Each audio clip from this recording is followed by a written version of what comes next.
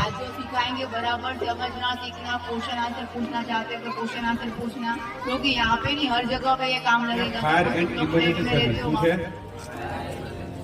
Okay, આ કપડા તમે બધી બાજુ જોતા છો બરોબર ને? હાલતા ચાલતા જોવો છો ને? હા કે ના? બધા ફાયર બ્રિગેડ હોય ના?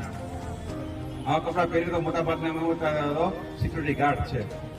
કોણ છે? ખરેખર સિક્યુરિટી ગાર્ડ જ છે, પણ કોના? એકની માલિકી નહીં, આખા ભાવનો સિટીના.